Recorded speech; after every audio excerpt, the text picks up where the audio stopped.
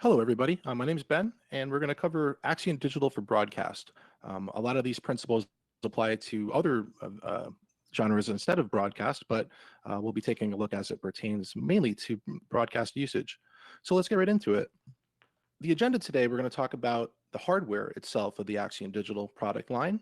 We're going to move on to a section that I like to call the 3 pillars of reliability. These are 3 advanced techniques that Axient Digital can use, which mitigate interference and make your system very reliable. There are some other lesser known options for redundancy and special usage, which is very popular with our broadcast clientele, and we'll go through those. And lastly, we'll touch on some of the advanced software and monitoring control options that Axient Digital has available. Let's get to it. Moving to the hardware overview, the Axient Digital is a new digital audio and RF architecture platform. We've learned a lot through our years with analog and also our digital products, and this is our current flagship product that is a digital system which broadcasts over the UHF spectrum. We have 2 series of transmitters or portable devices. One's called the AD series, and those are our AD1 and AD2 products. And then we have our ADX series. An easy way to remember the ADX, if there's an X in the part number, it is Showlink remote control compatible. And we'll talk more about that later, but this allows us to unlock very cool features like remote control the transmitter, even if it's on the talent, and changing any of the settings remotely, as well as advanced features such as automatic frequency changes and so forth. In the United States, I will talk about here, we have 3 different frequency ranges available for Axient Digital. Your country or region may vary. We have different frequency ranges for worldwide use, of course, but we'll just quickly cover the USA ranges here. The G57 range is the most popular because we can take advantage of all the leftover spectrum after the recent 600 megahertz auction. As you might be aware, we lost a lot of spectrum recently, and the G57 range is one range to rule them all, if you will. So G57 works with any other G57 component and takes advantage of that 470 to 608. And there's a little hole for the radio astronomy band, and then it takes advantage of the guard band too from about 614 to 616. K56 is the range that can take advantage of the duplex gap in the guard bands in the 600 megahertz. This may become useful in the future. Right now, it's not very popular because we still have quite a bit of range left to use in the G57. And then lastly, we have the X55. X55 is what is known as the STL band in the US, which is the studio transmission link. And with a special license, you can use this range from 941 to 960. It's desirable for a lot of broadcast customers because they already own or have a license, and they can use this range and not be affected by other users. As you need a license to use the range, unlicensed users cannot even purchase it without one. Moving forward, we're looking at the spectral efficiency of the unit. One of the really cool things about Axient Digital and digital systems in general is that we are much more spectrally efficient, meaning we can get many more frequencies in the same amount of spectrum as compared to analog. So the 2 different modes of the system are called SD and HD mode. And the SD mode is our standard mode. This has a 1.9 milliseconds of latency, and we can put about 17 channels in one 6 megahertz area. In the US, the 6 megahertz block is 1 TV station.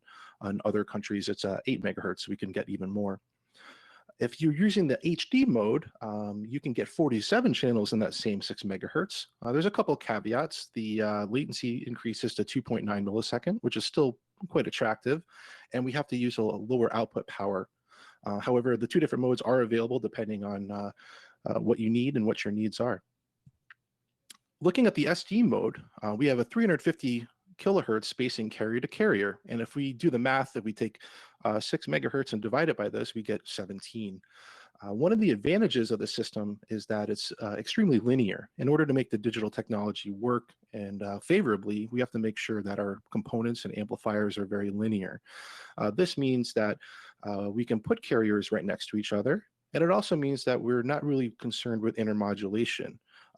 Any intermodulation products that are created by the Axient Digital under normal circumstances are pretty much disappearing into the noise floor. This allows us to place carriers right next to each other as long as we maintain that even spacing.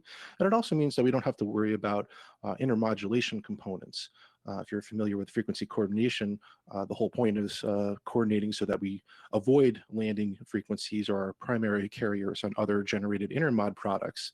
And as this product does not create them, we can really do some really cool stuff, like put carriers right next to each other, 350, 350, and so forth. This would be impossible or not advisable with the analog series, so it's quite a welcome addition. Looking at the HD mode, we can get even closer. We can put our carriers 125 kilohertz back to back to back. And again, that would be impossible with analog to do it reliably. And this will allow us to put 47 carriers in one 6 megahertz TV channel. Speaking of which, we're looking at a slide here of 47 channels and 6 megahertz actually working and reliable and, real world scenario. It's just not a hypothetical. Again, your latency increases a little bit and you have to use lower output power, so it may not be best for long ranges. However, if you have a need where your spectrum is tight and you need to put a lot of frequencies in a smaller bandwidth, this is one way to do it.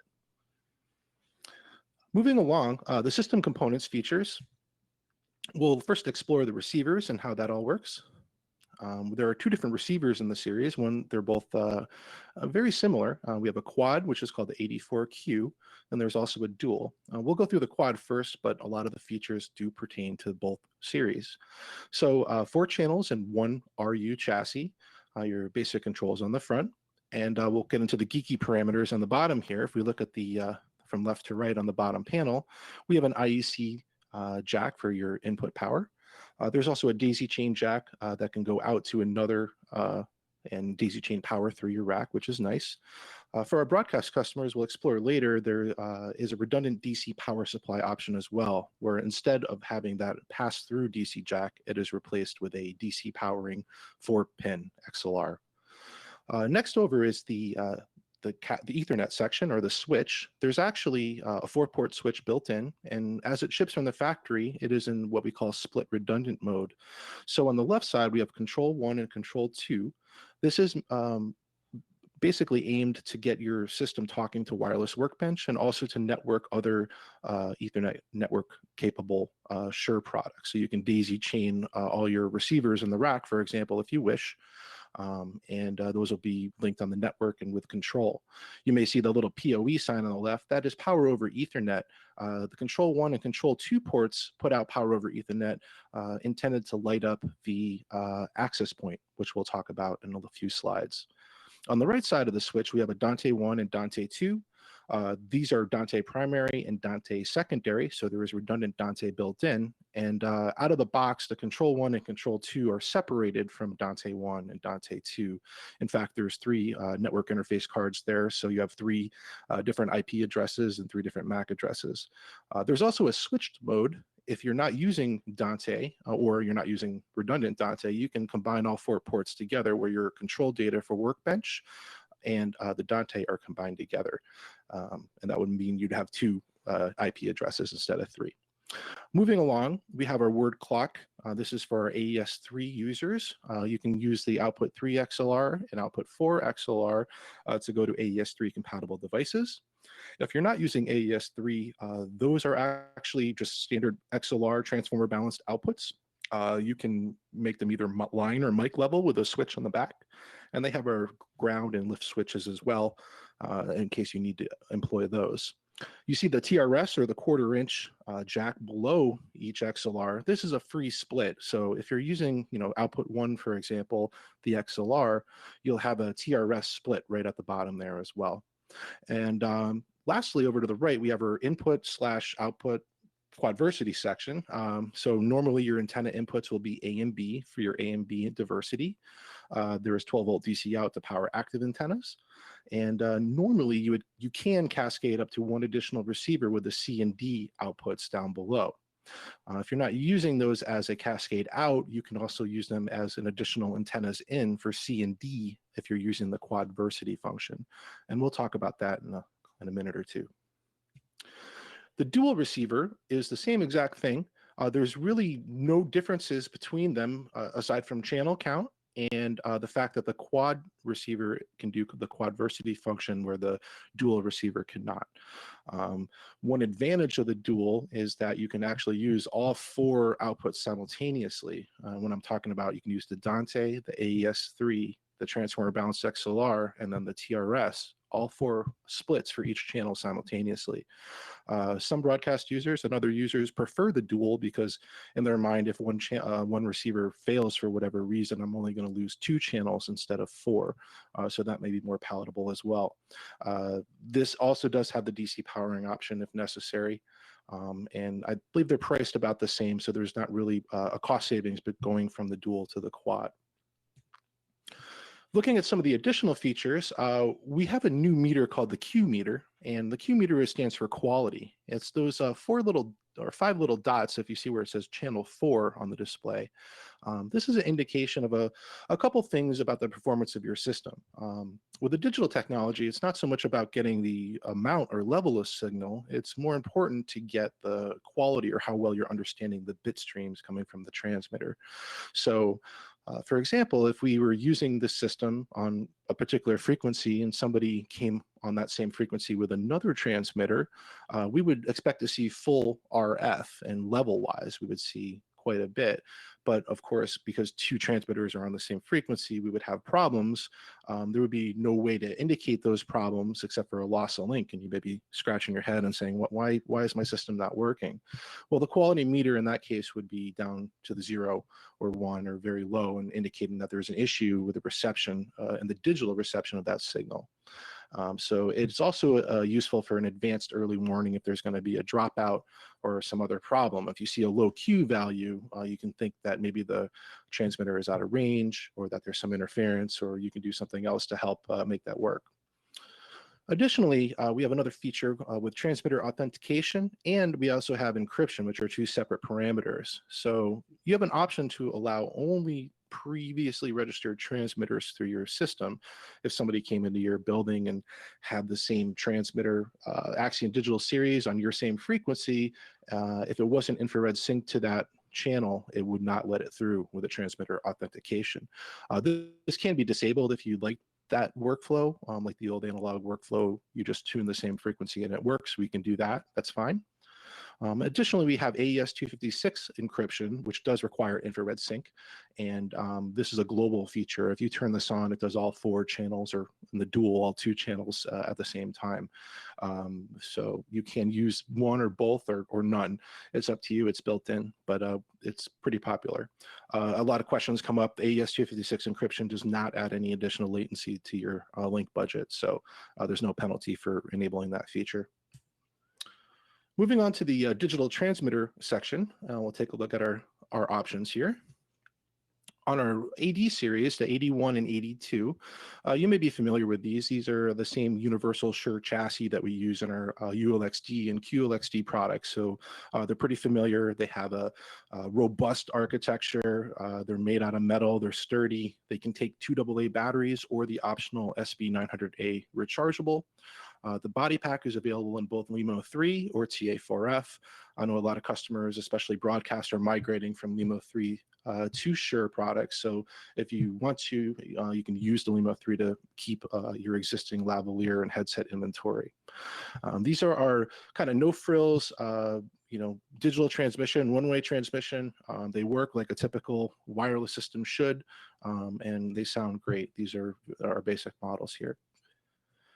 Moving along to our other models, we have the ADX1 and ADX2. The ADX1 and ADX2, because we mentioned if they have an X in the part number, they are Showlink compatible. And that means we can remote control these with the access point. This unlocks a lot of cool features. We can turn things on or off. Any of the settings in the pack that you can do by pushing buttons, you can do remotely, even if it's on the talent or not in your possession at the time. These have a little bit higher output power, 2, 10, and 40 milliwatt. They also have higher runtime because of the rechargeable batteries. With the ADX1 or any of the ADX series, you get 2 rechargeable batteries in the box with each transmitter. These, again, are also available in LEMO 3 or TA4F.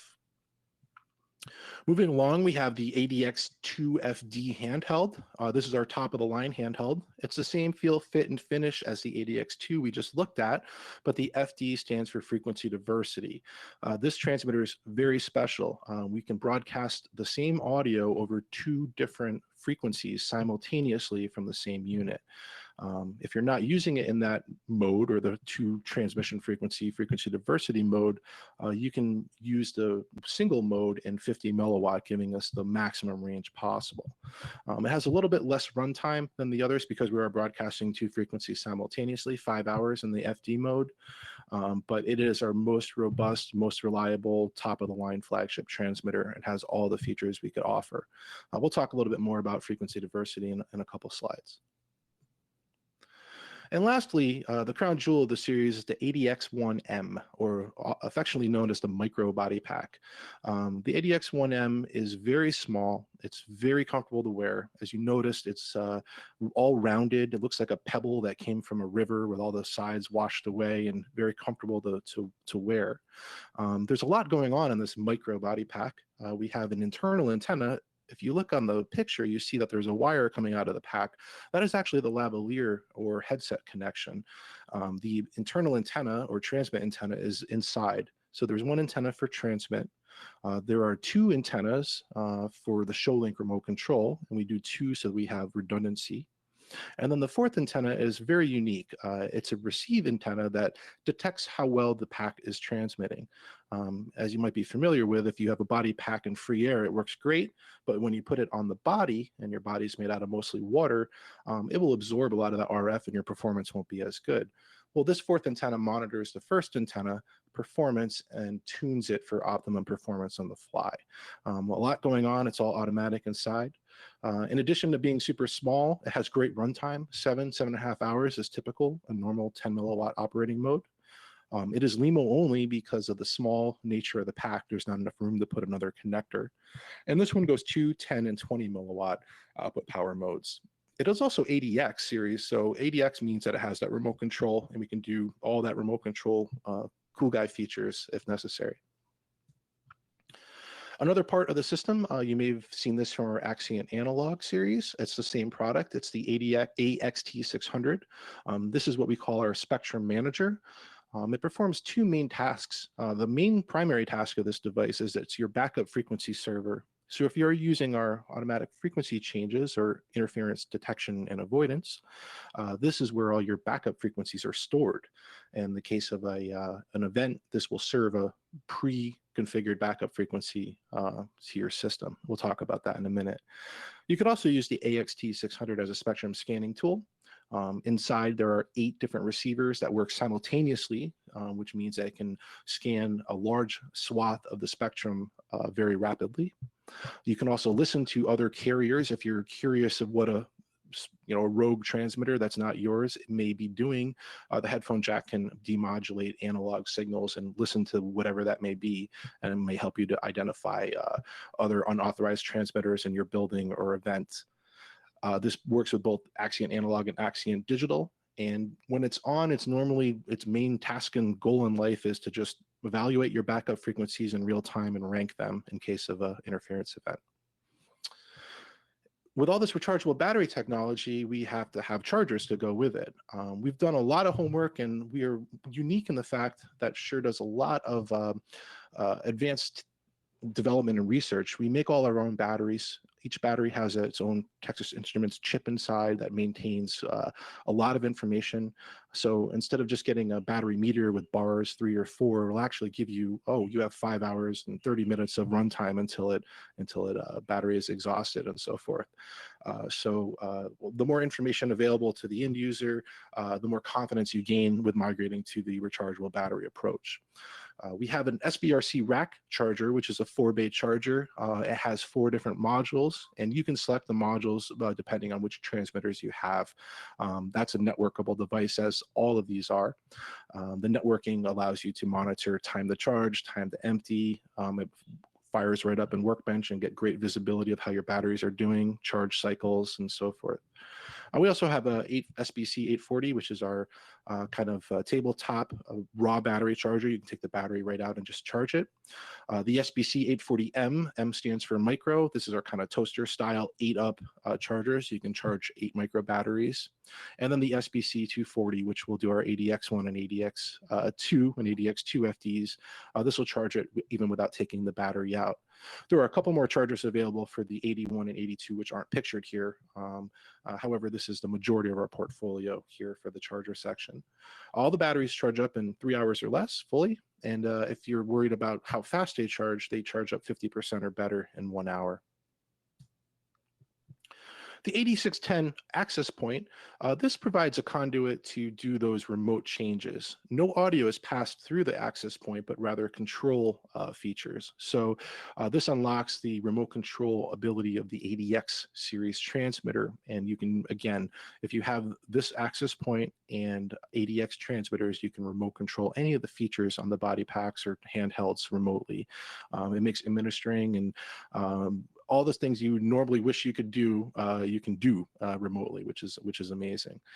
You need one of these for every 24 transmitters. If you have more than 24 transmitters, you can add additional access points and they seamlessly hand off from one to another. This guy is a little bit improved over our predecessor for the Axient analog series. This has a diversity antenna operation, so we have extra reliability. And it operates in the 2.4 gig, but in the Zigbee, which is an industrial protocol, mainly used for sensors and Internet of Things and industrial applications. It can navigate around Wi-Fi channels if that's necessary. You can put it on a specific area of the spectrum if you'd like, but out of the box, it normally just self-navigates and avoids interference very well. This guy does not pass any audio through it. It's just a access point for controlled data. All right, we're going to switch gears and talk a little bit about some of the advanced techniques which we can employ in broadcast and other disciplines. We have Quadversity, frequency diversity, and interference detection and avoidance. So let's take a look here. Quadversity. If we look at Quadversity, we have to understand just standard diversity a little bit before we can really delve into it. But diversity, of course, is referring to using 2 antennas simultaneously. And the reason we use 2 antennas in modern wireless systems is that just by nature of RF, there are multiple reflections that happen. And RF reflections mean that if I have a transmitter that's intended to get to an antenna, there may be a direct path from that transmitter to the antenna, and that's great.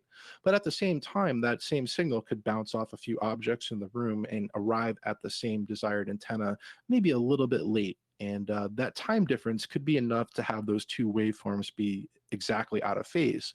And if they're out of phase, you have, for a split second, a phase cancellation and your RF level is effectively 0. If you only had 1 antenna on your system, you'd experience a dropout. Therefore, modern wireless systems of analog and digital both employ dual or diversity antennas to avoid this concept. Looking at this diagram here on the slide, this is a predictive diversity antenna switching style. So we have 2 antennas, A and B, and then a 4-channel receiver, and there's only 1 radio per channel. The idea here is that if the signal is falling on one of the channels, like A, for example, it will switch over to B with the hopes that something is there. I say hopes because it has no visibility of what's happening on B. B could be completely disconnected. It has no idea. It just knows that A is in trouble, so it's going to switch over to B. This is one way to employ diversity. However, it may not be the best way because, again, if B is disconnected or even worse than A, it'll switch over and that won't be good. The second type, looking at a true diversity approach from analog, we have the same 2 antennas. We have a 4-channel receiver, and then we have 2 tuners. So channel 1, for example, if that's tuned to a certain frequency, that same receiver, there are 2 receivers that are tuned to that same frequency and listening to both antennas at all times. So what this means is that before we switch over to antenna B, we know if antenna B is better or worse than A, so we don't just make a blind switch. This is a great way of doing things. There are different tweaks on this kind of method depending on how it's employed, but this is kind of the the standard or the top of the line for analog transmissions here. Any drawback, I guess, would be the cost to manufacture, because of course we're putting more receivers and more components in the same box, that it will cost more. It would have to, but this is a great way of doing things. If we're looking at the Axient Digital product, we are using a diversity approach, but instead of switching between the two antennas, we are actually combining them or aggregating them together. There are 2 tuners for each receiver slot, and they're always listening to each antenna. And instead of saying, we're going to use antenna A or antenna B or a combination of both of them, we are using both at the same time. We like to call this true digital diversity, and it's a very nice way of doing our standard operation. So normally out of the box, when you're using standard Axient Digital, true digital diversity, this is what's going on in a 4-channel receiver. Let's take a closer look at what's happening. If we're looking at the one channel of this receiver, we have the 2 receivers, and one's listening to A and one's listening to B. And what they're listening for in demodulating is the bit stream. And that is, the audio and the control data and all the information coming from that pack in real time. It's listening to the 1s and 0s that are getting spit out of each faucet there, and we are going to see what's going on with them. Because we have 2 sample sets of data, we can compare them together and make educated guesses of what they were supposed to be if there's a piece that's missing. So, one of these may work just fine by itself, but for one moment in time, due to phase cancellation or other natural artifacts, a bit is missing. We can borrow bits from one stream to the other and compare the 2 together. This makes our reliability go way up, and we're using all the hardware at all times to get you the best possible performance. This is normal true digital diversity operation. On the Quadversity side, what we do is we can take a 4-channel receiver and temporarily turn it into a 2-channel receiver. What we're going to do is we borrow the receivers that are built into each channel. So channel 1 and 2 will be joined together and now have 4 receivers total. And channel 3 and 4 will be joined together and have 4 tuner receivers total. And what we're doing, much like we saw the bit stream before where we have the 2, now we have 4 sample sets of data that we can use to determine what was happening. So the system can run off 1 bit stream, that'd be dangerous, but you can do that because of any phase cancellation, you could lose the signal. But we have 4 bit streams now that we're listening to, and you'd have to break all 4 at a moment in time to actually have a dropout. So Quadversity can be employed in 2 different ways. You can either use it to make one studio or one area more robust by putting 4 antennas around the perimeter, or you may use it to make a wider array of coverage. So for example, you can put antennas A and B in a studio, and then antennas C and D in like a green room or another area of your facility.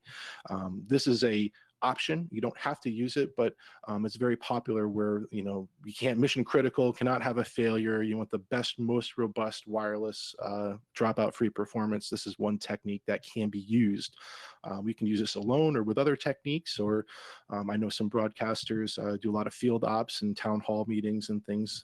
You can have extra channels in your rack and a few extra antennas. You can deploy Quadversity for your money channels and ensure trouble-free performance. The next technique of the pillars we'll talk about is frequency diversity. You may be familiar with this from our ULXD product line as well as Axient Analog. There are 2 different types in the Axient Digital system. We have both switching and combining. We'll look at the switching one first. Frequency diversity is a fancy name for basically double packing somebody or double packing talent. So we have a person wearing F1 and F2 or 2 different body packs on 2 different frequencies. However, they're capturing the same audio. We sell a Y cable that you can take your lavalier or headset and split it to 2 body packs, and then they transmit on 2 different frequencies. The idea is that if something happens to one of those frequencies, say F1 and is 500 megahertz, and somebody comes in your building and steps on 500 megahertz, they fired up an unauthorized transmitter or whatever happened, the system will realize that 500 megahertz is no good, and it will switch over seamlessly to the other frequency of F2.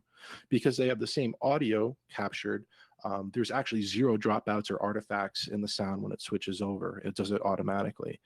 You may be wondering, well, we do this already. We have an A1 or the mixer at the console. We have 2 frequencies, 2 body packs, and we will switch them in and out. Well, that's great and all. However, the frequency diversity is instantaneous. There is no lag time, and it just does it automatically.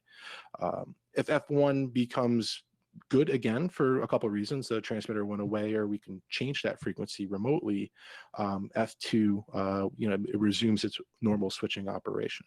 The main advantage of this is if you're going to double pack somebody anyway, it just hands the control to the receiver for hands-free operation with 0 gaps. The next technique is new, and it's called the frequency diversity combining. This is only available on the ADX2FD handheld. So we have one channel, and kind of like Quadversity, we are doubling up on our receiver channel. So channel 1 and channel 2 are both being used for one audio stream. And unlike the previous slide where we switched between the 2 different frequencies, we are using these to kind of compare the bit streams coming through each side. So if the receivers on the left side, A and B at 500 megahertz, have one bit stream, and we should be seeing the same thing on the other bit stream. So it'll take the best from both and use those as 2 comparisons to get us dropout free performance, and it works extremely well. Again, the penalty for using this, of course, is again doubling up on your receiver channels. However, if you have an ADX2FD and you need that type of operation, this is one way to employ it, and really performs well.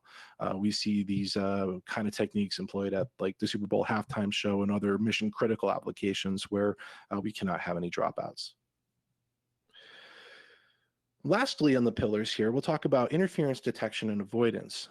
This is our automatic or manual frequency changes on the fly, and it's quite a cool system. The initial setup here is we're looking at 4 quads or 16 channels, for example, and these are all of our receivers in the rack. We deploy frequencies to these, and we can either do that with wireless workbench software or the Spectrum Manager hardware itself on the bottom device. So you don't need a computer to set this up. You could do it without a computer if you wish. But how it works is you deploy and calculate all your frequencies out, and you put 16 frequencies on your system in this example, and then you put a number of backup frequencies on the AXT600 hardware. You only need one of these in the rack for every installation or every area that you want to use. And this AXT600 is, of course, networked to the same antenna system as the rest of your receivers, so it's seeing the same RF. How it works is that this pool of backup frequencies that resides on this Spectrum Manager, it doesn't matter if one of the frequencies from the 16 gets swapped and changed, or they move around from the pool to a receiver and vice versa. It's going to work fine because you've already pre-coordinated it. Another common misconception is that you need a backup frequency for every receiver channel you have. For example, 16 channels here, I would need 16 backup frequencies, which is not true. It's up to you how many backup frequencies you want. You could have 1 backup frequency or 4 or 100. It's up to you, depending on your spectrum availability and other systems in the area. You can tweak that number to where it's comfortable. So this is the initial setup. It's important to remember that it doesn't matter what position the frequencies change, they're all going to work nicely together. And it's not picking random frequencies out of thin air. These are frequencies you've already decided that are okay to use in your configuration. Looking at the frequency pool in a little bit more detail, we're looking at here in this example, I see 12 channels. We'll say each cylinder is a channel on the receiver. And then we have our backup frequencies on the AXT600s, which look like 7 right now. The frequency server, the AXT600, is constantly monitoring these backup frequencies, and it's ranking them. For example, the red one would indicate a bad frequency that's kind of noisy. Yellow is not okay, but can be served, but not as good as a green. And green is, of course, a great frequency to be using. It ranks them at all times. So in the event of a frequency problem, it's going to take the cleanest frequency that it's been listening to and push that to the receiver. So looking here, the frequency on the receiver, one of them changes to red, and we have a problem. The receiver says, hey, I got a problem. I need some help. The XT600 Spectrum Manager says, hey, I got a frequency for you. And it will swap that bad frequency for the good frequency it's been listening to. And then it will rank them again and reorder as things go on. If that red frequency becomes clean again after a period of time, it could turn green and be okay to be served out again. And it just constantly does this on the fly. You have a choice of either doing it automatically, where the hardware just changes frequencies for you, or you can do it manually and get a warning saying you got a problem with this frequency. Would you like to change? And then it will do so. So a little bit more in detail, the receiver is the device that knows it has a problem with a frequency. Hey, I can't hear channel 1, I need some help. The AXT600 pushes that over the Ethernet to the receiver, which changes it instantaneously. And then the wireless device, the portable device, will get its new frequency through the Showlink access point and get pushed over the air. There is a very, very small gap in the audio, like 1/10 of a second or 100 milliseconds, which is okay. It's much better than taking a longer gap from getting a dropout when you're realizing somebody's on my frequency or something's happening. But this is how this all works. And the pieces that you need, of course, are the spectrum manager, the access point, and an ADX series transmitter. This will only work with ADX series because those are remote controllable. With all these 3 pillars of technology we talked about, with the Quadversity, the frequency diversity, interference detection, and avoidance, you can choose not to use any of them. You could use one of them, or you can combine all 3 or 2 or 3 of them. It's up to you. It's kind of like a choose your own adventure type of book. Depending on your application, you may want to employ one or more of these techniques, or of course it works just fine as a regular wireless as well. The Showlink itself, the access point we talked about, and again, it can handle up to 24 portable devices. What's really cool also, say you weren't even using the automatic frequency changes, or that product isn't for you, the access point does some pretty cool stuff. Linked portable devices follow the receiver's frequency even if the microphone was off. So for example, you deploy your system, all the transmitters are off in their storage and so forth. You do a new frequency coordination for your setup, or you change frequencies somehow, or you need to change frequencies on your receiver. You do that from the receiver or via Workbench. And when you turn your transmitter back on, because it was already associated or linked with that channel, it will wake up and say, oh, I'm on now, my frequency changed, okay, I should be over here, and then it will automatically change to the new frequency. This is great for any installation, especially broadcast, where you may be rushed for time to set things up, or that sort of thing. Or maybe you're out in the field and you've already linked up all your transmitters. You get out to the field, you do a real quick scan, you deploy frequencies to your receivers. As soon as you turn on those transmitters, again, because they were pre-linked over to those channels, it will wake up and change to the frequency that it's supposed to be on. So it's a huge time-saving tool, a great workflow thing, and it just makes life so much easier. You can also do advanced features like RF mute and transmitter settings. For example, maybe the talent is wearing a body pack and needs to have a private conversation.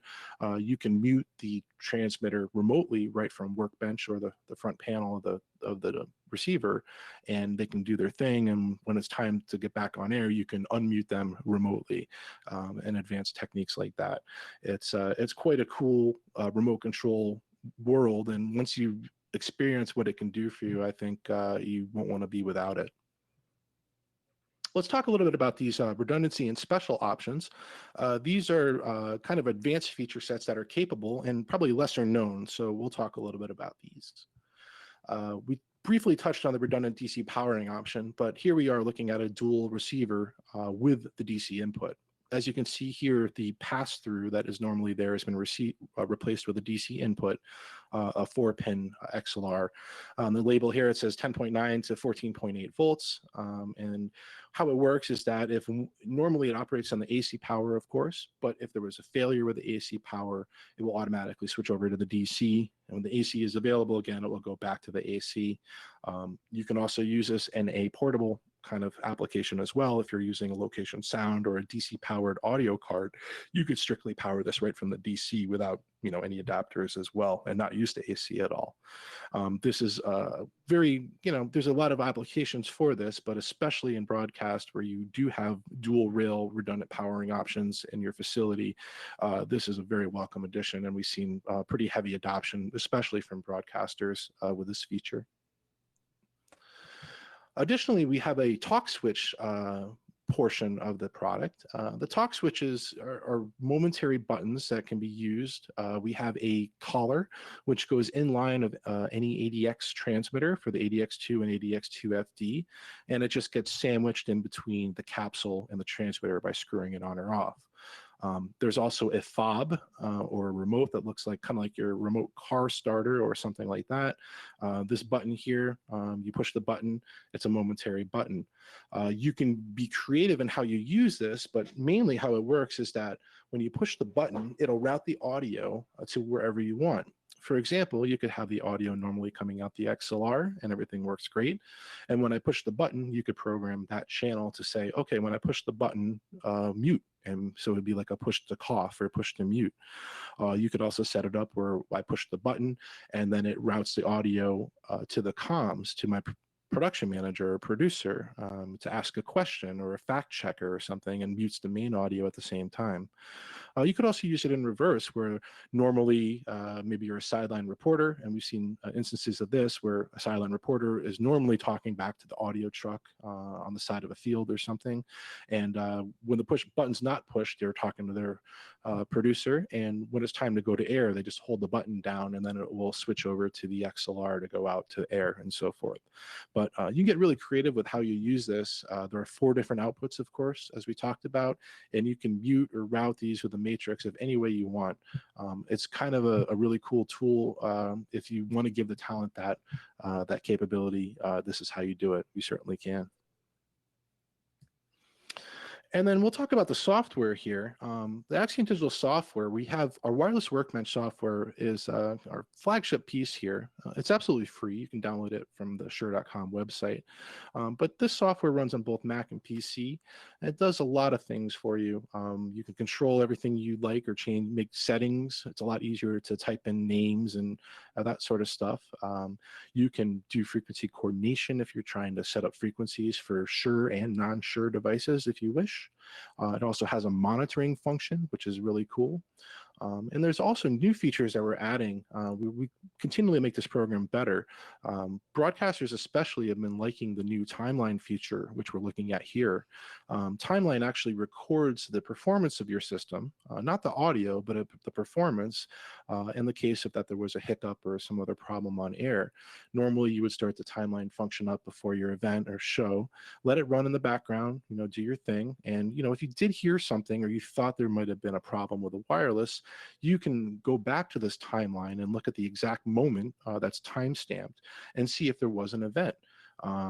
Of course, if the show went great, everybody's happy, cool. But, if something happened, you can bring this up and say, oh, well, it wasn't an RF problem. It was something to do with the audio channel, or somebody hit the wrong button on the console or something.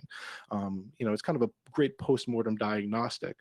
You can record many channels for a very long period of time. In fact, uses very little data. So, you can record for years on end if you wanted to, but this new timeline feature is absolutely free and part of Workbench. In addition to the timeline feature, there are other things that this will unlock for you, including like the spectrum analyzer function, where we can see portions of the spectrum on a graph instead of just kind of telling us numerically what's happening. We can visually see the spectrum landscape and what TV channels are active and avoid those. You can also remote control all your ADX stuff with the access point. Again, RF muting or any of the controls.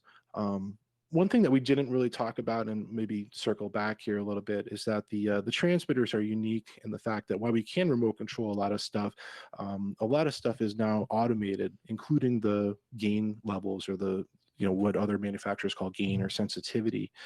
The transmitters themselves are auto ranging so that you don't have to worry about setting the proper level for whatever lavalier that you have plugged in or whatever capsule. It does it automatically for you. It's flawless. There's no pumping or artifacts, but that means one less setting that you have to worry about when you're using this product. You don't have to worry about the transmitter gain. Most of the time with the transmitters, with the ADX especially, you just make sure that they're on or locked so the talent doesn't push buttons and so forth, and that's it.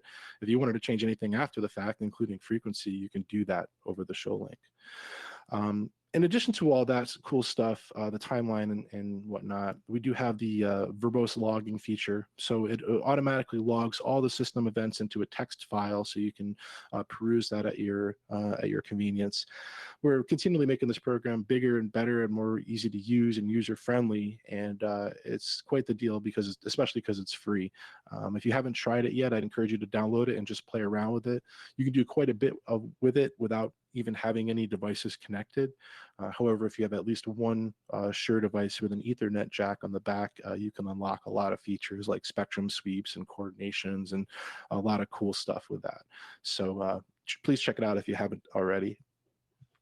The next piece of software is called Channels, and we are continuously updating this as well. This is an iOS-only app at the moment. This is great for A2s and those on the studio floor that need to change batteries or monitor the performance, and they may be on the go. They may be running around. They may not be right next to the A1, or they may not have an instance of Workbench up so that they can see what's happening. Well, this is where Channels comes in handy. To get Channels to work, of course, you just download the app from the App Store, which you can do now if you wish. You need an access point or a Wi-Fi access point to be exact on the network. So you can set up a small router or access point on your Shure device network, and then you connect your iOS device, either iPad or iPhone, to that access point with that Wi-Fi, and you will be able to see all your devices on the network. You can do a lot of the features you can do with Workbench on Channels. The one thing that's not there or not as robust is like the frequency coordination and the sweep type of things, which are performed best on Workbench. However, if you want to change a lot of the settings from Channels, you certainly can do that. Most importantly, you can even like sort by battery life or identify a transmitter that may be needing a battery change soon and get a warning about that. But it is available in another extension of the portfolio that we can see being useful, especially on a studio floor, or maybe you don't have a full-blown computer and you're on a remote town hall or some other broadcast event. The Channels software does help out quite a bit. The conclusion, we do see Axient Digital, honestly, in a lot of broadcast environments already. It's quickly becoming the favorite because of its, spectrally efficient operation and all the advanced techniques that we can employ to avoid interference if you wish, the small body pack sizes, the flexibility, the great sound, the low latency, all the feature sets, and most importantly, the user interface and support that we offer our customers. You can always get somebody on the phone if you need, or you have an advanced situation where you might need a little bit of extra help. We're there for you, and we're going to continuously support you forever. The software is second to none. It's probably the best in the biz for this type of monitoring and control, and just gives you more overview of what's happening and makes more peace of mind so that you can concentrate on the actual show and other things rather than, my wireless isn't working and so forth. But Axient Digital is really a great choice for broadcast and many other different entities we see as well.